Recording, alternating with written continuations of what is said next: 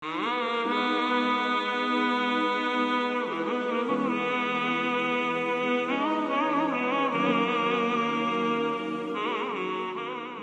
بعد فإن خير الحديث كتاب الله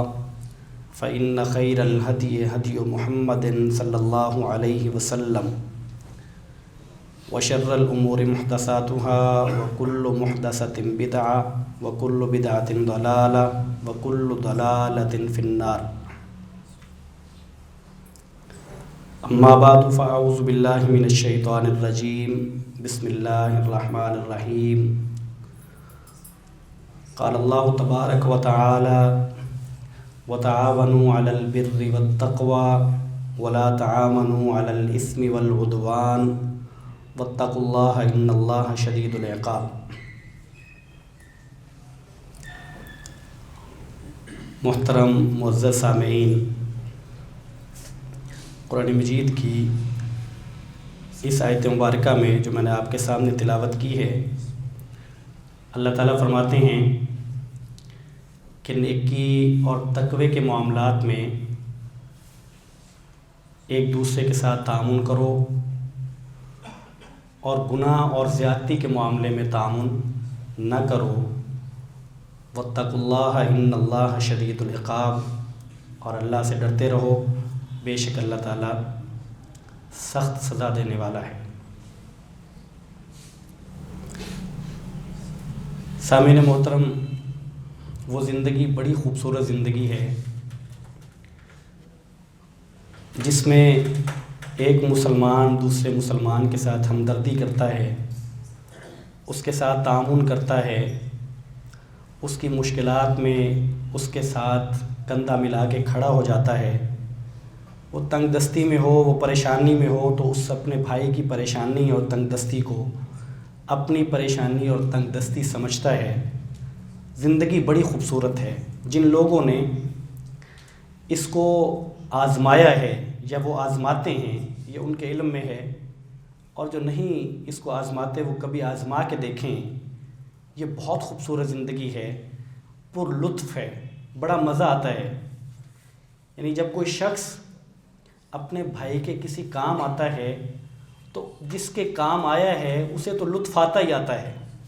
کیونکہ اس کی ایک مشکل حل ہوئی ہے. لیکن مشکل حل کرنے کا جو شخص سبب بنتا ہے، اس شخص کو کتنا اطمینان حاصل ہوتا ہے، اسے کتنا سکون ملتا ہے، اس کا تعلق بتانے سے زیادہ آزمانے کے ساتھ ہے. اور یہ زندگی ایسی ہے کہ اس زندگی میں کبھی انسان کے ایام کسی طرح کے ہیں، کبھی اس کے دن بدلتے رہتے ہیں، کبھی اچھے دن آتے ہیں، کبھی اچھے دن نہیں رہتے. اور اچھے دن ہوتے ہوئے بھی بسا اوقات اسے کسی نہ کسی اعتبار سے اپنے بھائی سے کسی نہ کسی طرح کا تعاون لینا پڑتا ہے. یہ زندگی ہے، یہ ایک سرکل ہے. مجھے آپ سے کام ہے، آپ کو کسی اور سے کام ہوگا، اس کو کسی اور سے کام ہوگا. تو وہ شخص جو اپنے بھائی کے لیے دل کھول کے رکھے اور اس کے لیے اپنا دامن اور اپنی جو اس کی صلاحیتیں ہیں، اس کا مال ہے، کسی بھی طرح سے اپنے بھائی کے اگر وہ کام آ جائے، تو نیکی اور اسلام کا حکم، نیکی کے معاملے میں تعاون یہ تو ہے، لیکن اس میں لطف بڑا ہے. ہمارا ایک معاشرتی مسئلہ ہے، جب آپ مختلف چیزیں پڑھتے ہیں، آپ دیواروں پہ لکھی پڑھتے ہیں، آپ اشتہارات پہ پڑھتے ہیں، آپ دکانوں پر باہر آویزاں چیزیں ہوتی ہیں آپ پڑھتے ہیں، تو وہ بظاہر وہ جو چیزیں لکھی ہوتی ہیں وہ کسی نے بلا وجہ نہیں لکھی ہوتی. وہ معاشرے کا چہرہ ہوتے ہیں، وہ معاشرے کے رویوں کی عکاسی کر رہی ہوتی ہیں. وہ چیزیں وہ بلا وجہ نہیں لکھی ہوتی. آپ کوئی بھی چیز پڑھ لیں تو وہ معاشرے میں اس طرح کی سوچ اور رویہ موجود ہے تو وہ دیوار پہ آتی ہے. اگر وہ سوچ اور رویہ نہیں ہے،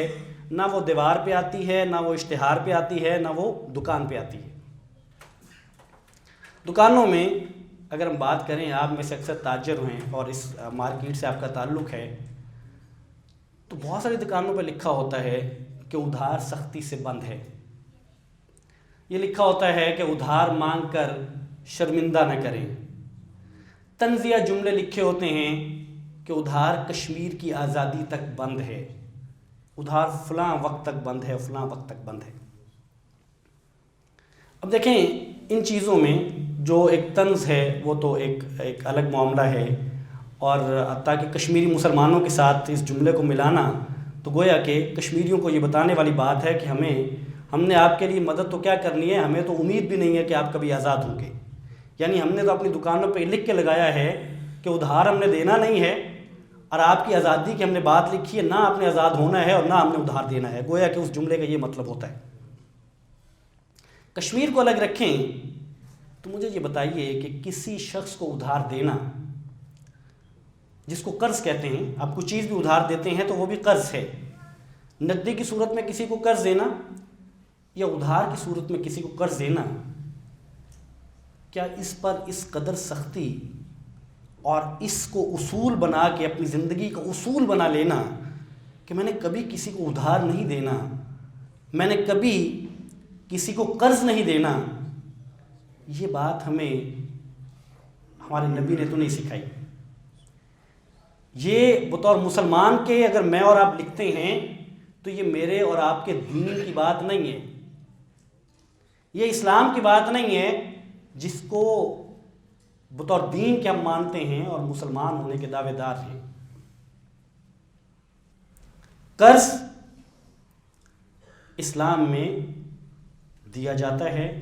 اور اس کے دینے کی آپ صلی اللہ علیہ وسلم نے بہت فضیلت بتائی ہے۔ یہ ہم الگ بات کریں گے کہ جس وجہ سے ہمارے دکاندار لکھتے ہیں یا جس وجہ سے لوگ قرض نہیں دیتے کہ انہیں واپس لوٹایا نہیں جاتا یا انہیں تنگ کیا جاتا ہے، یا اس ادھار دینے کی وجہ سے جو نتیجہ نکلتا ہے وہ تعلقات کی خرابی اور لڑائی کی صورت میں نکلتا ہے، یہ اس سے اگلی بات ہے۔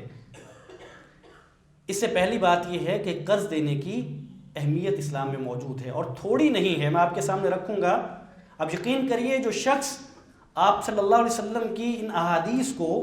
اور آپ کے فرامین کو پڑھتا ہے یا سنتا ہے،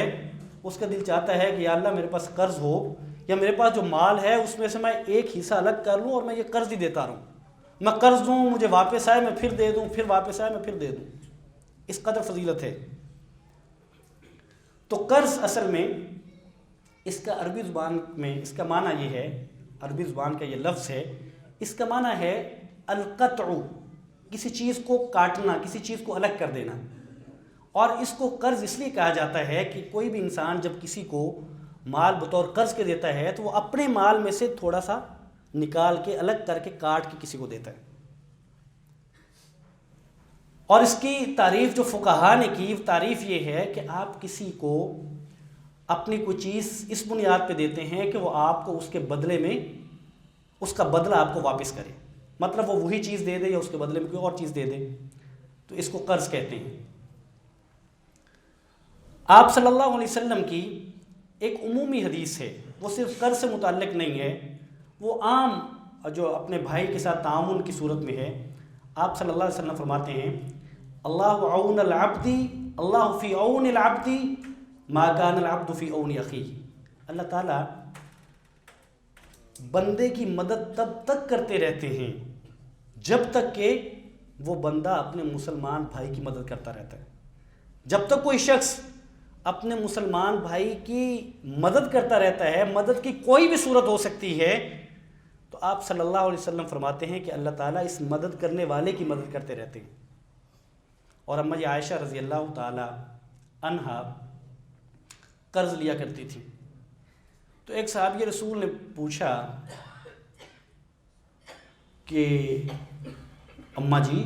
آپ کو قرض کی کیا ضرورت، آپ قرض کیوں لیتی ہیں؟ تو اماں جی فرماتی تھیں کہ میں قرض اس لیے لیتی ہوں کہ رسول کریم صلی اللہ علیہ وسلم نے فرمایا کہ اللہ تعالیٰ کا یہ وعدہ ہے کہ جو شخص قرض اس لیے لیتا ہے کہ اس کی نیت ادائیگی کی ہو، قرض لیتے وقت اس کی نیت ہو کہ میں نے اس کو ادا کرنا ہے، میں نے اسے واپس کرنا ہے، تو اللہ تعالیٰ اس شخص کی مدد کرتے ہیں، قرض لینے والے کی مدد کرتے ہیں، کیونکہ اس نے قرض لیتے وقت یہ نیت رکھی ہے کہ میں جو قرض لے رہا ہوں میں نے اسے واپس لوٹانا ہے۔ تو یہ نیت چونکہ اچھی ہے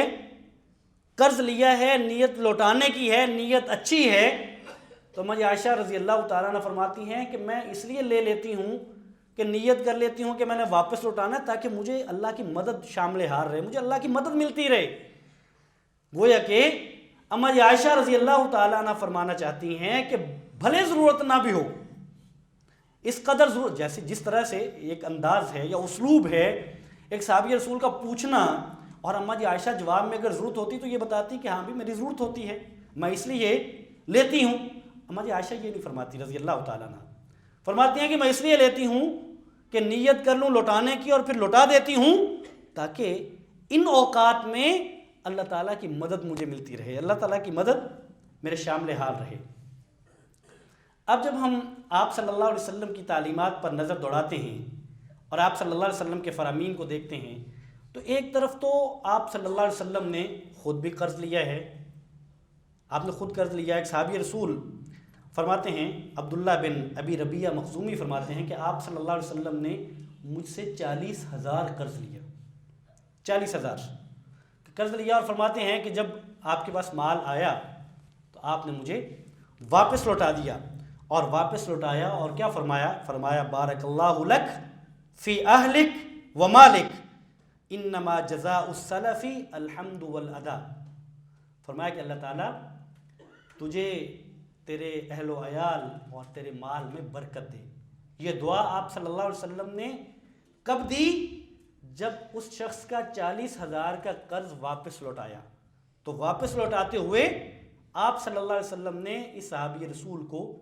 دعا دی اور فرمایا انما جزاء السلف الحمد والادا۔ فرمایا کہ جو قرض ہے، قرض کا بدلہ تو تعریف کرنا ہے اور اسے اچھی طرح سے ادا کرنا ہے، یعنی وقت پر ادا کر دینا ہے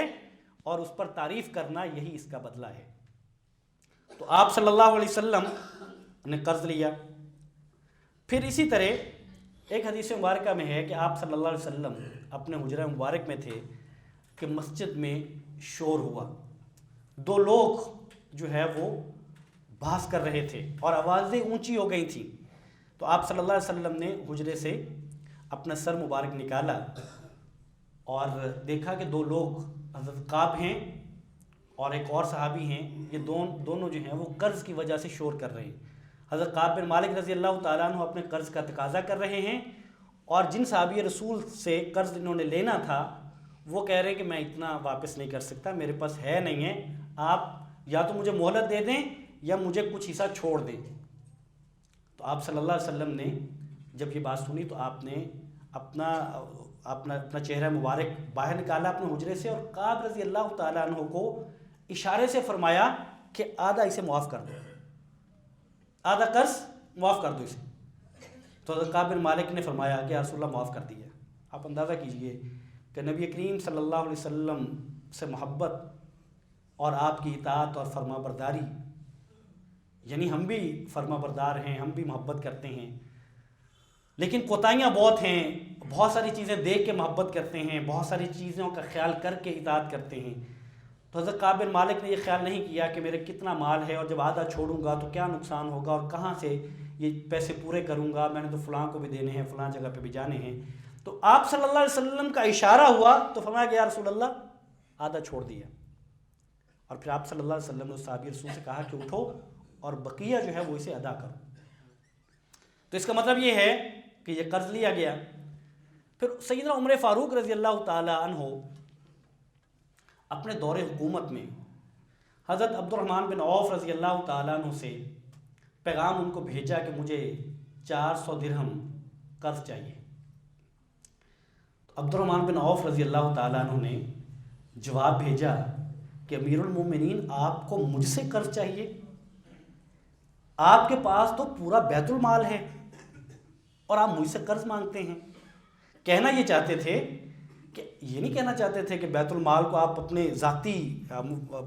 تصرف میں لے آئیں، کہنا یہ چاہتے تھے کہ آپ بیت المال سے بطور قرض کے لے لیں اور پھر جب آپ کی ضرورت پوری ہو جائے اور جب پیسے آ جائیں تو بیت المال میں رکھ دیں۔ یعنی آپ مجھ سے پوچھ رہے ہیں حالانکہ پورا خزانہ اور بیت المال آپ کے پاس ہے۔ تو سیدنا عمر فاروق رضی اللہ تعالیٰ عنہ نے کیا خوبصورت جواب دیا۔ فرماتے ہیں کہ میں نے اس لیے بیت المال سے پیسے کو بطور قرض کے نہیں لیا کہ اگر یہ قرض لے کر اسی حالت میں فوت ہو گیا تو آپ اور آپ کے ساتھی یعنی دیگر صحابہ بعد میں فیصلہ کر لیں گے کہ عمر کو یہ قرض معاف کر دینا چاہیے. جو بیت المال سے عمر رضی اللہ تعالیٰ انہوں نے قرض لیا تھا یہ عمر کو معاف کر دے. سوچیں گے بڑی خدمات ہیں ان کی، امیر المومنین تھے، اتنا وقت دیتے تھے. تو میرے بارے میں آپ لوگ یہ فیصلہ کر سکتے ہیں کہ عمر کو یہ قرض معاف کر دیا جائے، اس لیے میں نہیں لے رہا.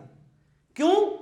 کہ اگر مجھے معاف کر دیا گیا تو مجھے آخرت میں جا کے اپنی نیکیوں میں سے اس قرض کے بدلے میں دینا پڑیں گی.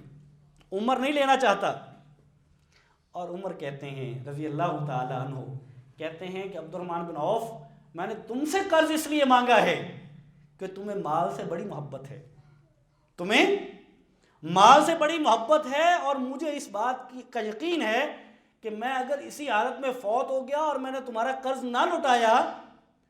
تو تم آ کے میرے ترکے میں سے بھی اپنا قرض واپس لے لو گے، تم چھوڑو گے نہیں. اس لیے آپ سے قرض مانگا ہے. آپ مال سے بڑی محبت کرتے ہیں، آپ قرض نہیں چھوڑو گے،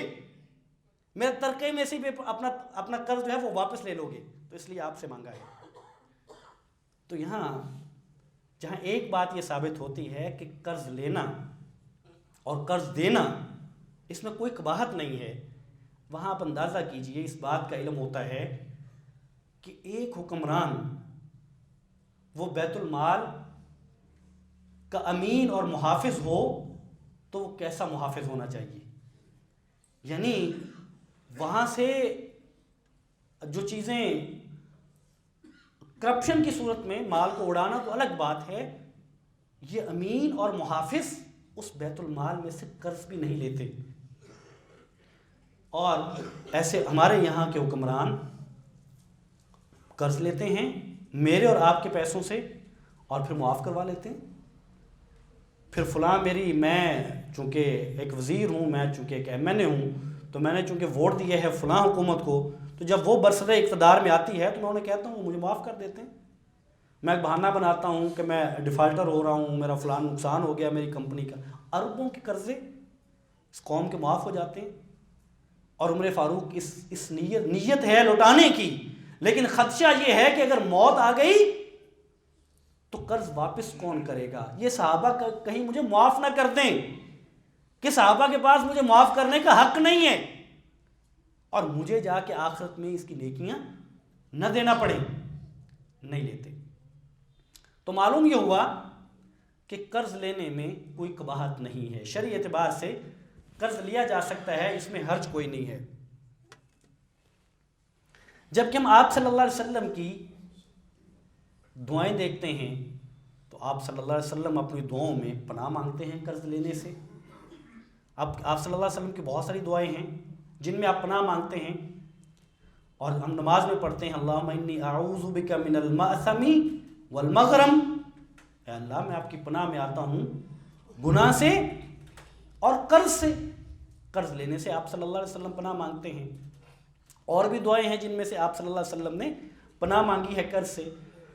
تو کیا قرض سے جب آپ صلی اللہ علیہ وسلم ایک طرف پناہ مانگتے ہیں اور ایک طرف آپ صلی اللہ علیہ وسلم نے خود بھی قرض لیا ہے اور دیگر صحابہ بھی لیتے ہیں،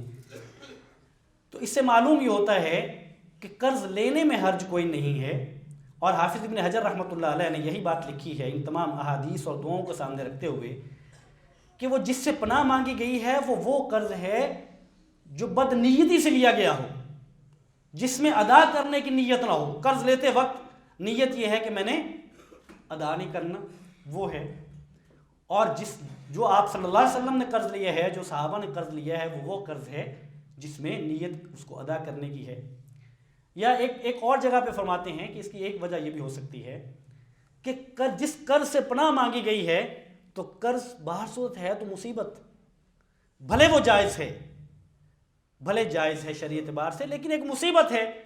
کہ ایک شخص جیسے آپ صلی اللہ علیہ وسلم کی ایک حدیث مبارکہ ہے، آپ نے فرمایا کہ جب کوئی شخص قرض لے لیتا ہے تو پھر وہ جب بات کرتا ہے تو جھوٹ بولتا ہے، اور جب وعدہ کرتا ہے تو وعدہ خلافی کرتا ہے. اور جھوٹ بولنا اور وعدہ خلافی کرنا دونوں نفاق کی علامتیں ہیں، ایک منافق کی علامتیں ہیں.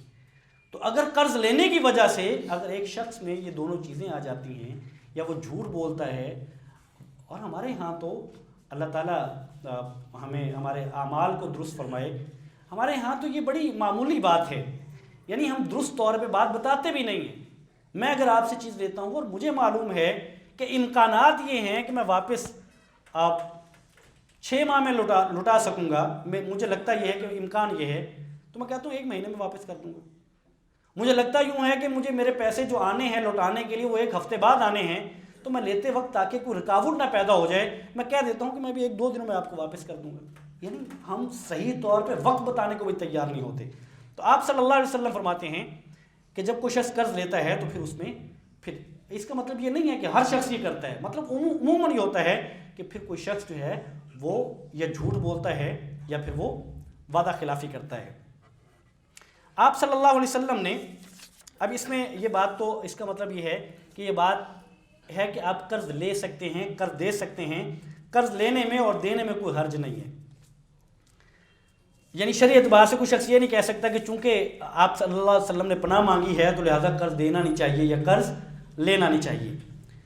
آپ صلی اللہ علیہ وسلم کی صحیح حدیث مبارکہ ہے، اب آپ سنتے جائیے گا، جو میں نے اپنے خطبے کے آغاز میں کہا کہ اگر کوئی شخص ان احادیث کو پڑھ لے یا ان احادیث کو سن لے جو آپ صلی اللہ علیہ وسلم نے فرمائی ہیں قرض دینے کی فضیلت اور اہمیت کے بارے میں، تو شاید ہر شخص جو ہے وہ اپنے مال میں سے کچھ مال الگ کر کے رکھ لے کہ جب کوئی شخص مجھ سے قرض مانگے گا تو میں اس کو دوں گا، میں اس کو انکار نہیں کروں گا۔ حدیث کون سی ہیں؟ آپ صلی اللہ علیہ وسلم فرماتے ہیں من یسر علی معسر یسر اللہ علیہ فی الدنیا والآخرہ۔ آپ صلی اللہ علیہ وسلم فرماتے ہیں کہ جو شخص اپنے مسلمان بھائی کی تنگ دستی کے وقت آسانی پیدا کرتا ہے، اس کے لیے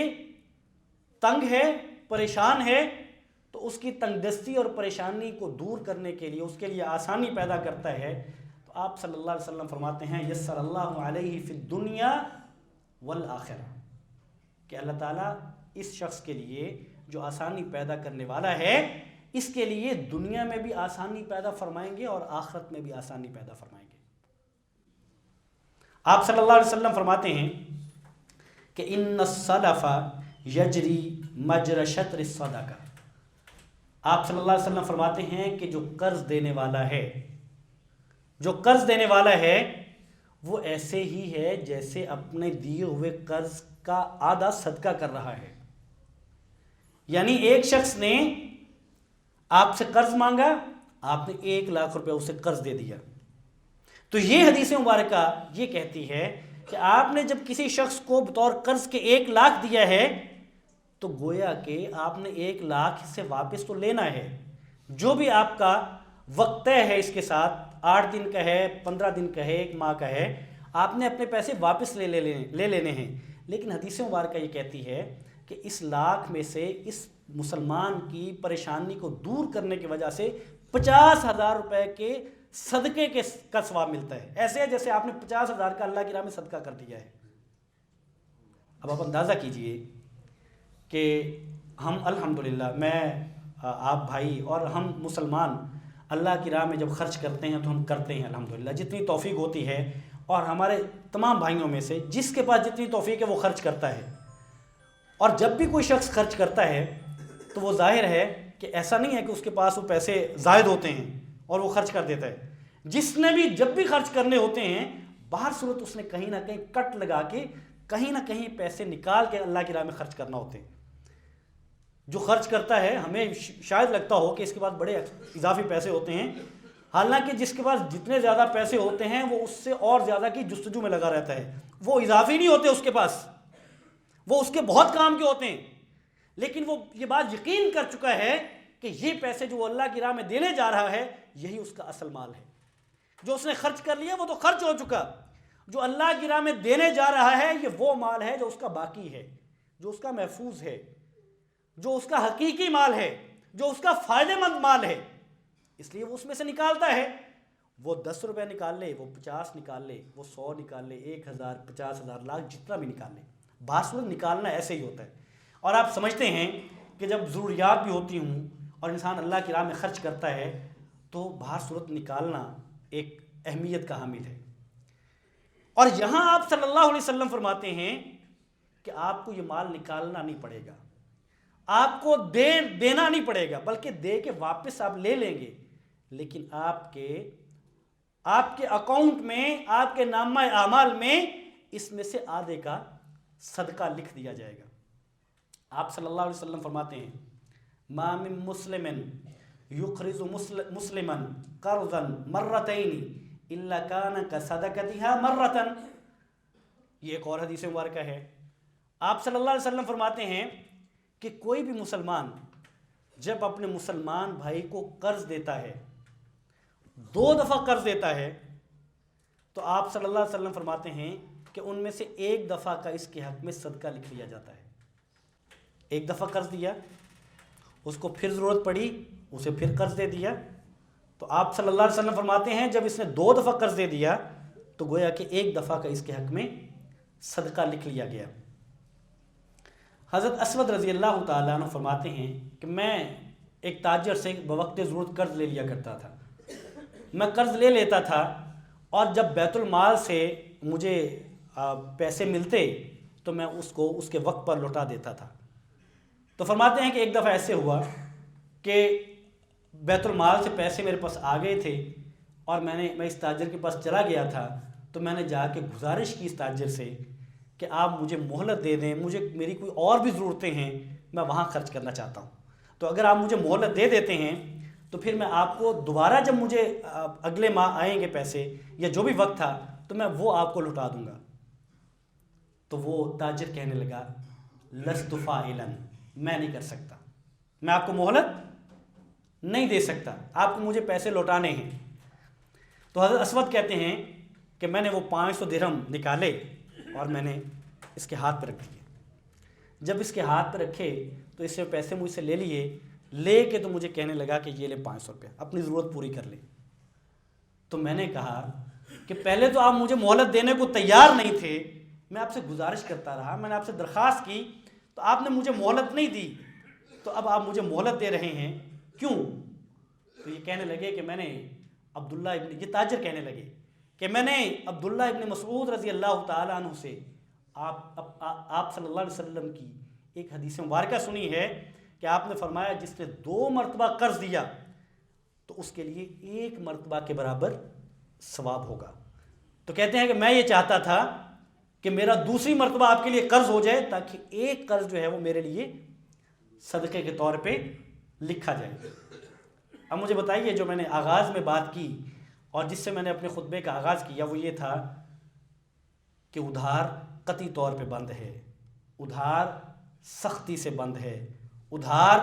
مانگ کر شرمندہ نہ ہوں، ادھار کہ فلانی آزادی تک بند ہے، فلاں کے یہ کرنے تک بند ہے۔ تو یہ رویہ ایک مسلمان کا نہیں ہے۔ اس کو ہاں یہ ہے، دیکھیں اگر ایک شخص آپ کو پریشان کرتا ہے، آپ اس کو قرض دیتے ہیں، وہ آپ کو لوٹاتا نہیں ہے، آپ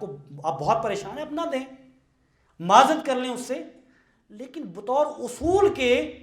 اس کو اپنی زندگی میں لے آنا کہ میں نے اپنے تمام گاہکوں کے لیے ایک اصول بنا لیا ہے کہ میں نے قرض کسی کو نہیں دینا، تو اس کا مطلب یہ ہے کہ وہ جو ہمدردی ہے، وہ جو اخوت ہے، وہ جو آپ صلی اللہ علیہ وسلم کی حدیث مبارکہ ہے کہ مسلمان تو ایک جسم کی مانند ہوتے ہیں، جس کے ایک عضو کو تکلیف ہوتی ہے تو سارا جسم اس درد کو محسوس کرتا ہے، وہ جسم کہاں ہے؟ یہ تو پھر جسم نہیں ہے، یہ تو مختلف اعضاء ہیں، یہ ہاتھ کٹا ہوا وہاں پڑا ہے، یہ کٹا ہوا وہاں پڑا ہے، اس کو ہو تو اس کو تکلیف نہیں ہوتی، اس کو ہو تو اس کو نہیں ہوتی، بلکہ یہ جسم ہی الگ الگ ہیں، اس جسم کو ہو تو یہی جسم محسوس کرتا ہے، وہ ساتھ والا نہیں کرتا۔ تو اسلام مختلف اجسام کی بات نہیں کرتا، امت کو ایک جسم کہتا ہے۔ جب ایک جسم کہتا ہو اور ایک مسلمان پریشانی میں مبتلا ہو اور ایک مسلمان تنگ دستی میں مبتلا ہو، کیا ہم نے یہ نہیں دیکھا یا کیا ہم نے یہ نہیں پڑھا، ہم نے یہ نہیں سنا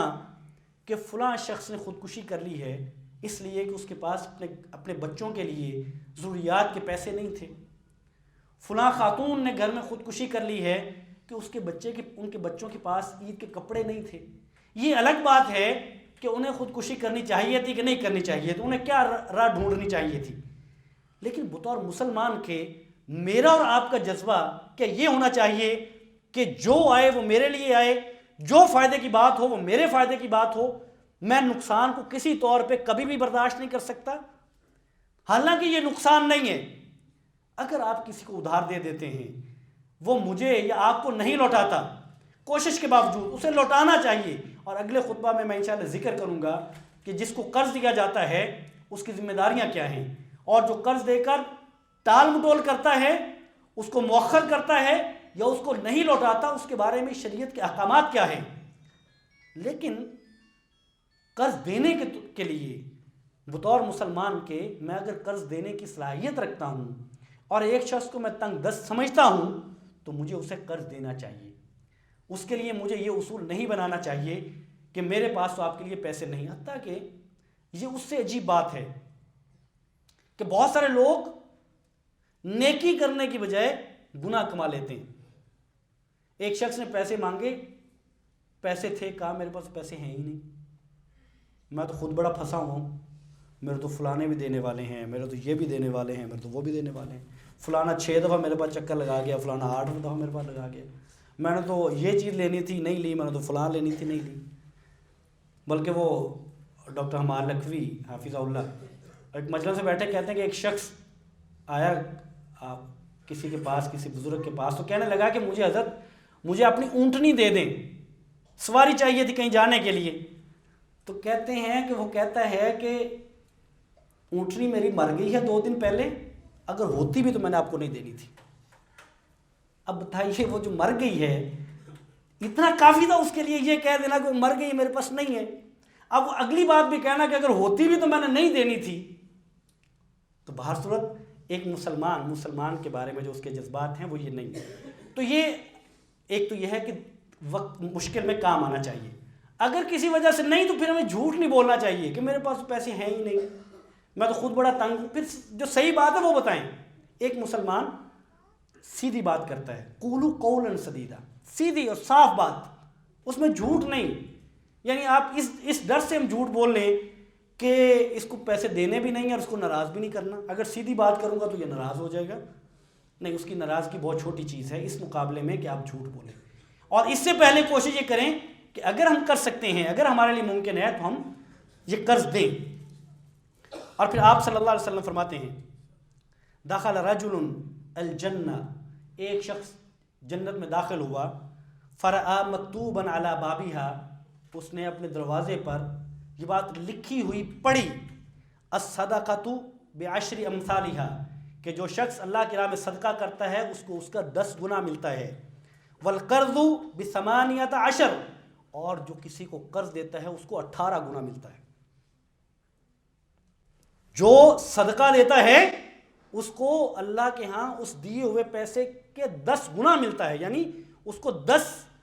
سے ملٹیپلائی کر کے اس کا اجر ملتا ہے۔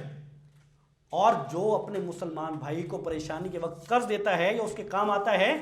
تو اس کو 18 گنا ملتا ہے۔ اور پھر آپ صلی اللہ علیہ وسلم، ایک صحابی رسول، آخری حدیث بیان کر کے بات ختم کرتا ہوں،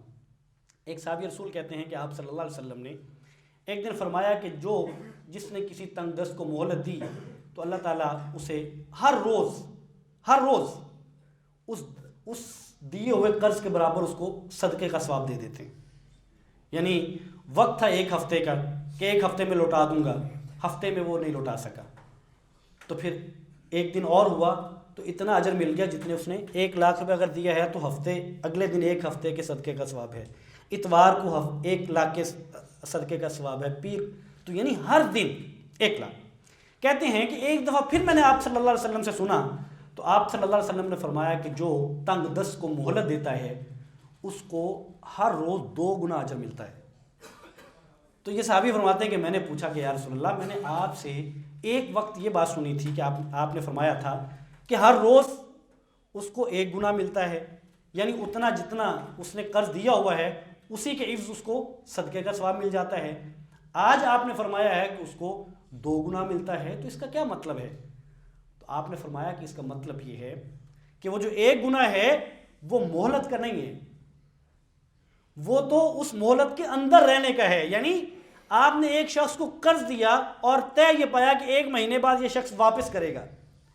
تو آپ صلی اللہ علیہ وسلم فرماتے ہیں کہ یہ جو مہینے کے 30 دن ہیں، ان 30 دنوں میں سے ہر دن اس کو اتنا ثواب ملتا ہے جتنا اس نے اس کو قرض دیا ہے، اس کے صدقے کا ثواب روز اس کو ملتا ہے۔ اور فرمایا کہ 30 دن بعد اگر وہ واپس نہیں لوٹا پاتا اور ایک شخص اس کو 1 مہینے کی اور مہلت دے دیتا ہے یا 8 دن کی اور مہلت دے دیتا ہے، تو فرمایا یہ جو مہلت دیے ہوئے دن ہیں، ان دنوں میں ہر دن میں 2 گنا کا اجر ملتا ہے۔ تو گزارش یہ ہے کہ جب کوئی ہمارا بھائی ہمارے گرد و نواح میں پریشان ہو اور اس کو ضرورت پیش آئے تو مجھے اور آپ کو اسے قرض دینا ہے، مجھے اور آپ کو اس کی پریشانی حل کرنی ہے۔ بندوبست ضرور میں اگلے خطبے میں یہ ذکر کروں گا کہ اس کا بندوبست ہو سکتا ہے کہ قرض واپس کیسے لینا ہے، لیکن قرض دینا ہے، اس سے انکار کرنا اور گویا کہ وہ جو اخوت اور ہمدردی کی فضا ہے اور وہ جو مسلمانوں کے ساتھ حسن معاملہ ہے یا ان کی مشکل میں ان کے کندھے سے کندھا ملا کے کھڑا ہونا ہے، یہ فضا اسلام نے ایک مسلمان کو دی ہے اور کہا ہے کہ اسی فضا کو قائم رکھنا ہے، اس کو نفرتوں میں اور اس کو اس میں نہیں بدلنا چاہیے کہ میری ضرورت ہے، آپ کی ضرورت میری ضرورت نہیں ہے۔ اپنے بھائی کی ضرورت کو اپنی ضرورت سمجھ کے ہم اس معاشرے کو خوبصورت معاشرہ بنا سکتے ہیں۔ اور میں نے آغاز میں کہا کہ جو اپنے بھائی کے ساتھ تعاون کرنے والا ہے، جو اس کی پریشانی میں اس کے کام آنے والا ہے، جو اس کی تنگ دستی کو آسانی میں بدلنے والا ہے، جو شخص یہ کام آج کل کرتا ہے یا جس نے کیا ہے، اس کو معلوم ہے کہ اس کا لطف کتنا ہے، اس میں مزہ کتنا آتا ہے، اس میں دل کو اطمینان اور سکون کتنا ملتا ہے، اور جس کو نہیں معلوم وہ ذرا آزما کے دیکھے۔ اللہ تعالیٰ مجھے اور آپ کو توفیق عطا فرمائے کہ ہم اپنے مسلمان بھائیوں کے لیے ہر وقت کھڑے ہو جائیں اور ان کی پریشانی کو اپنے پریشانی سمجھیں۔ وآخر دعوانا ان الحمد للہ رب العالمین۔